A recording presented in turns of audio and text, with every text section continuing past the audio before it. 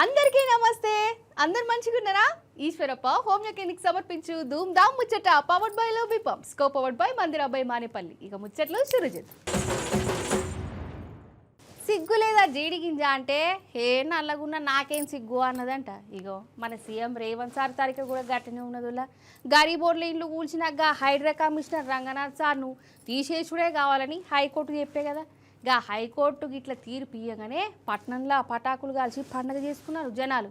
కానీ మన రేవంత్ సార్ అయితే కోర్టు చెప్పిన సుత రంగనాథ్ సార్ నువ్వు తీసేసేందుకు మనసత్తలేదు. హైడ్రానే బెస్టు, రంగనాథే కరెస్ట్ అంటుండు. అగో అంతా నా ఇష్టం, అంతా నా ఇష్టం గప్పట్ల ఓ సినిమాల పాట గుర్తుందా అరులా? ఇగో మన రేవంత్ సారు యవ్వానం కూడా గట్టనే ఉన్నది. చెరువులు కాపాడుతా, కబ్జా భూములను కాపాడతామని హైడ్రాని దెబ్బిచ్చిండు కదా. ఇక చెప్పేది ఒకటి చేసేది ఒకటి అన్నట్టు చెరువులు కాపాడతామని ఆయన పేదోళ్ళ కొంపలు కూలగొట్టనికి ఎదిగిరు. హైడ్రా అంటే ఎవ్వనికి ఇనది అని గప్పలు కొట్టిండు. గనిక హైడ్రా పైసలు ఉన్నోళ్ళకి మాత్రం చుట్టం లెక్క, బీద బిక్కోనికి మాత్రం శత్రువుని లెక్కనే పనిచేసింది. ఇక ఒకటి రెండా ఎంతమందిని నారి రోడ్ల పడేసింది. పేదోనీళ్ళు కూలగొట్టనికే టైం ఇవ్వలేదు. సరిగ్గా శని ఆదివారాలు చూసుకొని కనీసం కోర్టు నుంచి ఆర్డర్ కూడా తెచ్చుకొని ఇవ్వకుండా బుల్డోజర్లతోని మీద పడ్డది. గదే రేవంత్ సారు అన్నదమ్ములు గిట్ల దుర్గం చెరువు కాడగట్టిన ఇంటిని మాత్రం ముట్టుకోలేదు. ఇంకా ఒకరు కాదు ఇద్దరు కాదు, కాంగ్రెస్ మంత్రులు ఎమ్మెల్యేలు ఎంతో మందిని చెరువు శిఖం భూములలోనే ఫామ్ హౌజులు ఇండ్లు కట్టుకున్నారు. అగో గవిటి జోలికి మాత్రం పోలేదు హైడ్రా. పేదోళ్ళ ఇండ్లు కూల్చిన పాపం ఊకనే పోతుంది అనులా. 100 గొడ్లను తిన్న పెద్ద బొజ్జ ఒక్క గాలివానకు సస్తదన్నట్టు హైడ్రా పాపం కూడా గిన్ని దినాలకు వండింది. ఇష్టం వచ్చినట్టు రెచ్చిపోతే నడవదని నిన్ననే హైకోర్టు చెంపగొట్టి ఇచ్చినట్టే తీర్పునిచ్చింది. హైడ్రా కమిషనర్గా రంగనాథ్ను పీకి పడేయమని హుకుం చేసింది. కానీ దేవుడు వరిమిస్తే పూజారి అడ్డు తగిలినట్టు హైకోర్టు తీర్పుకు రేవంత్ అడ్డం తగులుకుంటుండు. కోర్టుల మీద గౌరవం ఉందని చెప్పకుంటేనే కోర్టు తీర్పులను లెక్క చేస్తలేడు. ఇగో ఇవాళ ఢిల్లీలో చూడు ఏమన్నాడు. చెరువులను, నాలాలను, గుంటలను కబ్జా పెట్టుకొని ప్రభుత్వ భూములను, ప్రభుత్వ పార్కులను కబ్జాలు పెట్టుకున్న వాళ్ళు కోర్టులను తప్పుదోవ పట్టించి కంటెంప్ట్ ఆఫ్ కోర్ట్ అంటారు. ఒక అధికారిని ఎక్కడ నియమించాలనేది ప్రభుత్వం యొక్క విచక్షణ అధికారం. ఆ విచక్షణ అధికారాన్ని ఎవరు గుంజుకోలేరు. కాబట్టి ఈరోజు తప్పుడు కేసులను న్యాయస్థానాల మీద సంపూర్ణమైన విశ్వాసం ఉంది. న్యాయస్థానాలలో ఎదుర్కొంటాం. హైడ్రా మంచి పనులు చేస్తుంది. మా ప్రభుత్వం తీసుకొచ్చిన the greatest reform is Hydraa.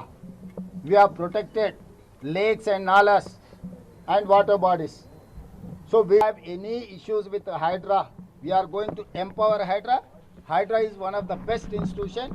We got appreciation from all over India. ప్రభుత్వానికి స్పష్టత ఉన్నది.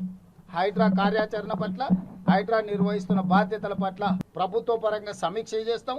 ఓదికు హైకోర్టు ఏమో హైడ్రా అంటే 9 తలకాయల ఇసంపామని చెప్పింది. ఈడ మన రేవంత్ సార్ ఏమో హైడ్రా అంటే గొప్ప పనులు చేసిందని మాట్లాడుతుండు. గింత ఇనందాపిన సర్కారు నిదానం లేని సీఎం ఏడుండడని మన రామన్న గట్టిగానే అరుచుకున్నాడు. అడ్డగోలిగా మాట్లాడిన రేవంత్ సార్కు దింబ తిరిగేటట్టు కౌంటర్ ఇచ్చిండు. హైడ్రా అనేది 9 తలల విషసర్పం అని చెప్పింది నిన్న హైడ్రా గురించి. ఏది రాష్ట్ర హైకోర్టు. ఇంతకంటే చెంపపెట్టు ముఖ్యమంత్రికి ఏముంటుందని నాకు అర్థం కాదు. సిగ్గుండాలి. బడాబాబులను మాత్రం వదిలిపెట్టి బీద బిక్కి మధ్యతరగతి ప్రజలు. నేను అడుగుతా ఉన్న ముఖ్యమంత్రిని, కబ్జా కోరులు అంటున్నావు. అందరికంటే పెద్ద కబ్జా కోరులే నీ అన్నదమ్ములు కదా.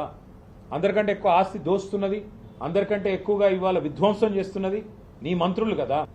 30% కమిషన్లు తీసుకోవట్లేదా నీ మంత్రులు? కబ్జా కోరులు, భూదందాలు చేసేది. హైడ్రా పేరిట నువ్వు సృష్టిస్తున్న అరాచకం, పేదవాళ్ళ ఇల్లు కూలగొడుతూ. హైదరాబాద్లో ఒక ఇల్లు కట్టాడా 2 ఏళ్లలో, 2.5 ఏళ్లలో? ఎన్ని ఇల్లు కూలగొట్టావు నువ్వు? రియల్ ఎస్టేట్ను కుప్పగూల్చి నువ్వు డబ్బులు చేసుకుంటున్నావు. హైడ్రా అనేది it has become a blackmailing extortion tool of Revanth Reddy. HYDRAA అనేది ఒక వేట కుక్కలాగా మారింది రేవంత్ రెడ్డికి. ఆ వేట కుక్కను పంపించి దాన్ని పెట్టుకొని బ్లాక్ మెయిల్ చేసి డబ్బులు దండుకోవడం, అందులో కొంత వాటా రాహుల్ గాంధీకి, కొంత బీజేపీకి ఇవ్వడం. అదే కదా నువ్వు చేసేది. నీ హైడ్రాకి దమ్ముంటే, నీ హైడ్రా నిజంగా సంస్కరణ అయితే ముందు నీ మంత్రుల ఇల్లు కూలగొట్టు. పొంగులేటి శ్రీనివాసరెడ్డి ఇల్లు ఎఫ్టీఎల్లో ఉన్నమాట వాస్తవమా కాదా? వివేక్ ఇల్లు బఫర్లో ఉన్నమాట వాస్తవమా కాదా? పట్నం మహేందర్ రెడ్డి ఇల్లు ఎఫ్టీఎల్లో ఉన్నమాట వాస్తవమా కాదా?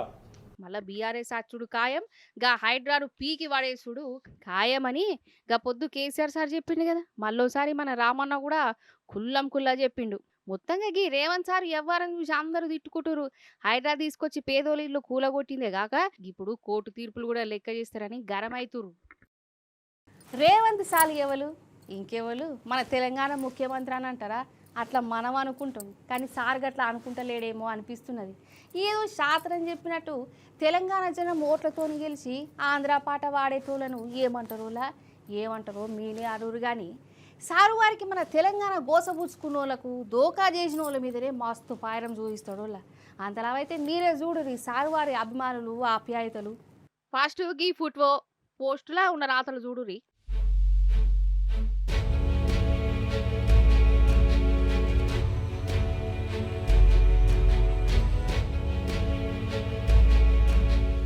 చూసిరా?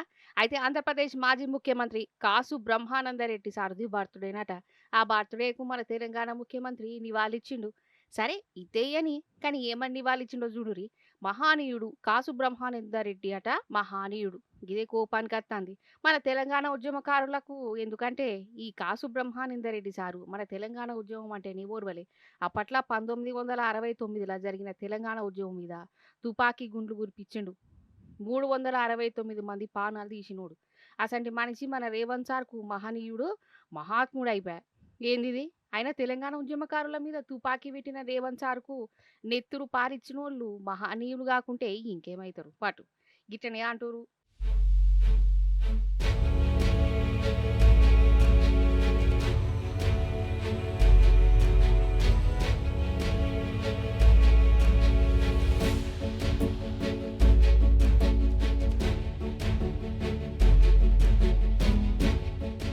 అసలు అదేందోనోలా మన రేవంత్ సారు పేరుకు తెలంగాణకు ముఖ్యమంత్రి అని గాని సారు పానమంతా ఆంధ్ర దిక్కే కొట్టుకుంటది.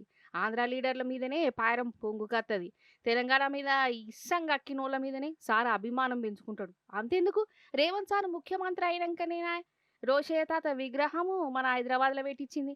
ఇక పెద్ద రామారావు విగ్రహాన్ని అమీర్పేటలో పెట్టింది మన రేవంత్ సారే. ఇక చాలా మంది అద్దద్దు అంటున్నా గాని రవీంద్ర భారతి కాడ జిద్దుకు పోయి మరి బాలసుబ్రహ్మణ్యం విగ్రహం పెట్టించిండు. ఇక ఇంకోది మన తెలంగాణను చంద్రాల సారు చేతిలో పెట్టినట్టే చేస్తుండు. మన నీళ్లను చంద్రాల సారు ఎత్తుకుపోయేటందుకు రేవంత్ సారే సాయం చేస్తుండని లోకమంతా చెప్పబట్టి ఇక ఇటు మన ప్రభుత్వంలో పదవులు కూడా చంద్రాల సార్ చెప్పిన మనుషులకే ఇచ్చి మన తెలంగాణను ఆగం చేసి కుట్ర చేసిండని అంటనే ఉన్నారు. ఇక ఇప్పుడు 369 మంది ఉద్యమకారులు పానాలు తీసిన కాసు బ్రహ్మానందరెడ్డి ఏమో మహానీయుణ్ణి చేసి పడేసిండు. ఎట్లా అనిపిస్తుంది చెప్పు తెలంగాణ జనానికి? అసలు హైదరాబాద్లో ఉన్న కేబీఆర్ పార్క్ పేరునే మార్చాలి అని తెలంగాణ జనం ఎప్పటి సందో అంటుంటే రేవంత్ సార్ ఏమో గిట్లా మహానీయుడు మహాత్ముడు అని బిరుదులు ఇవ్వబట్టి గిదేం తారీఖ గిదేం దిక్మాలేశమని తెలంగాణ జనం కోపానికి అత్తురు. ఇప్పుడు జిల్లా పురుగుల ముచ్చట చెప్పుకుందాం. అయ్యో మంత్రి రాజీనామా చేసే జంతర్ మంతర్ కాడ నిరసన కూడా ఓడిచిపా. ఏ వాళ్ళింటికి వాళ్ళు పోయిరు. ఇంకేమున్నది చెప్పుకునేది అందుకంటారా? ఉన్నది షాన్నే ఉన్నది. ఇంకా అసలు కథ బాకీ ఉన్నది. ఆగో 20 తారీఖు నాడు కాక్రోచ్ పార్టీలు చెలో పార్లమెంట్ పెట్టుకున్నప్పుడు ఆడ పరిస్థితి ఎట్లుండేనోళ్ళ పాపం పిల్లగాని ఈపులు వగలగొట్టిరు. పోలీసులు ఇష్టం వచ్చిన తీర్ల కొట్టిరు. లాఠీలు ఇరిగినాయి. ఆ లాఠీలకు మూలలు పెట్టి మరీ కొట్టిరంటే ఎంత ఘోరమో జూడిగా. అయితే గీ లాఠీ చార్జ్ మీద సుప్రీంకోర్టు గరమైందోలా. అసలు ఏంది కొట్టుడు? ఎవరు కొట్టమన్నారు? పిల్లలను గట్ల గోసపుచ్చుకోవచ్చా? అసలు మీకు చెప్పినోడు ఎవడు? కానూన్ను మీరు చేతులకు తీసుకుండేందని సుప్రీంకోర్టు జర గట్టిగానే అరుచుకున్నది. పిల్లలను గంతఘోరంగా కొట్టినోళ్ళను ఇడిచిపెట్టేదే లేదని కోర్టు చెప్పిందోలా. అసలు ఈ లాఠీ చార్జీలా వెనక ఎవరెవరున్నారు, ఎవరు కుట్రేషన్ అవన్నీ బయటపడేది ఉన్నది. సిట్టు కూడా పెడతాడట. ఇక ఇంకోటి అటు సెంటర్ సర్కారు వాళ్ళకు ఢిల్లీ, అస్సాం, బీహార్, ఉత్తరప్రదేశ్ రాష్ట్రాలకు నోటీసులు ఇచ్చింది సుప్రీంకోర్టు. గట్టెట్ల పిల్లల మీద లాఠీ చార్జీలు చేయవలసి వచ్చింది, ఎందుకు చేసిరు గవన్నీ కోర్టుకు చెప్పుడే కావాలి అని నోటీసులు ఇచ్చింది.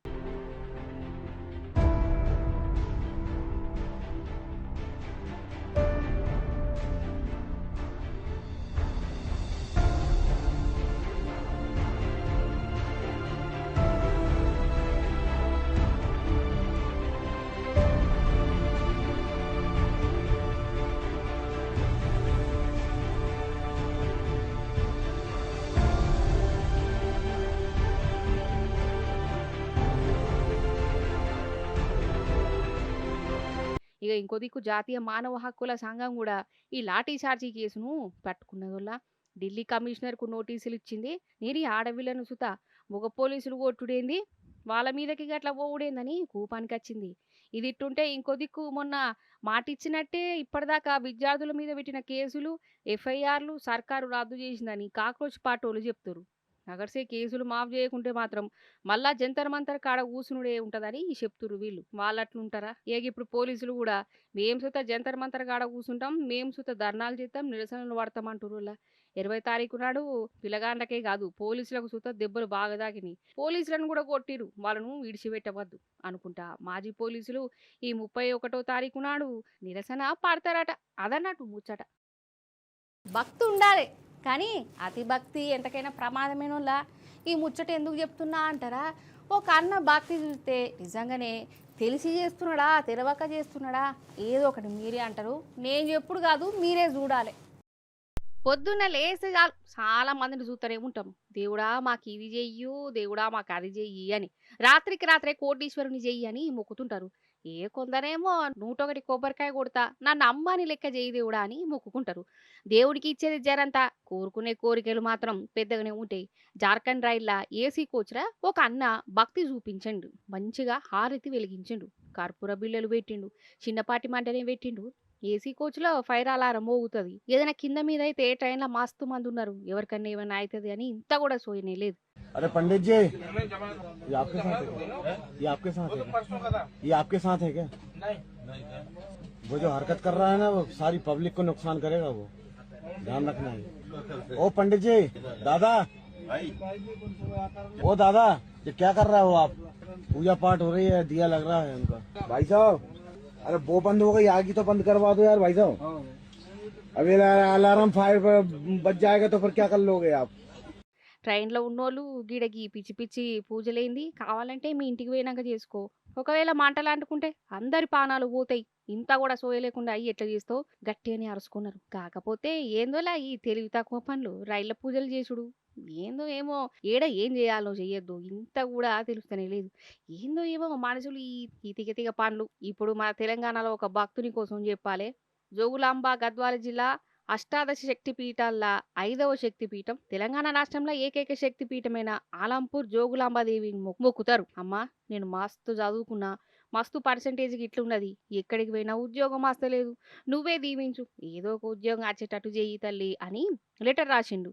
డిగ్రీలో 84%, బీఈడీలో 86%, టీసీసీలో 85% మార్కులు వచ్చినా మస్తు కష్టం అవుతున్నది తల్లి. ఎట్లయినా చేసి నువ్వే ఏదో ఒక జాబ్ ఇప్పియు, మా ఇంట్లో ఏ గొడవలకి ఇట్లా కావద్దని తల్లి అని మంచిగా రెజ్యూమ్ అన్ని ఇట్లా పెట్టిండు. ఇంట్లో మస్తు కష్టం అవుతున్నది తల్లి, నువ్వే దీవించాలి అని ఇట్లా వెరైటీగా లెటర్ రాసి రెజ్యూమ్ పెట్టి అమ్మవారికి మొక్కుకున్నాడు.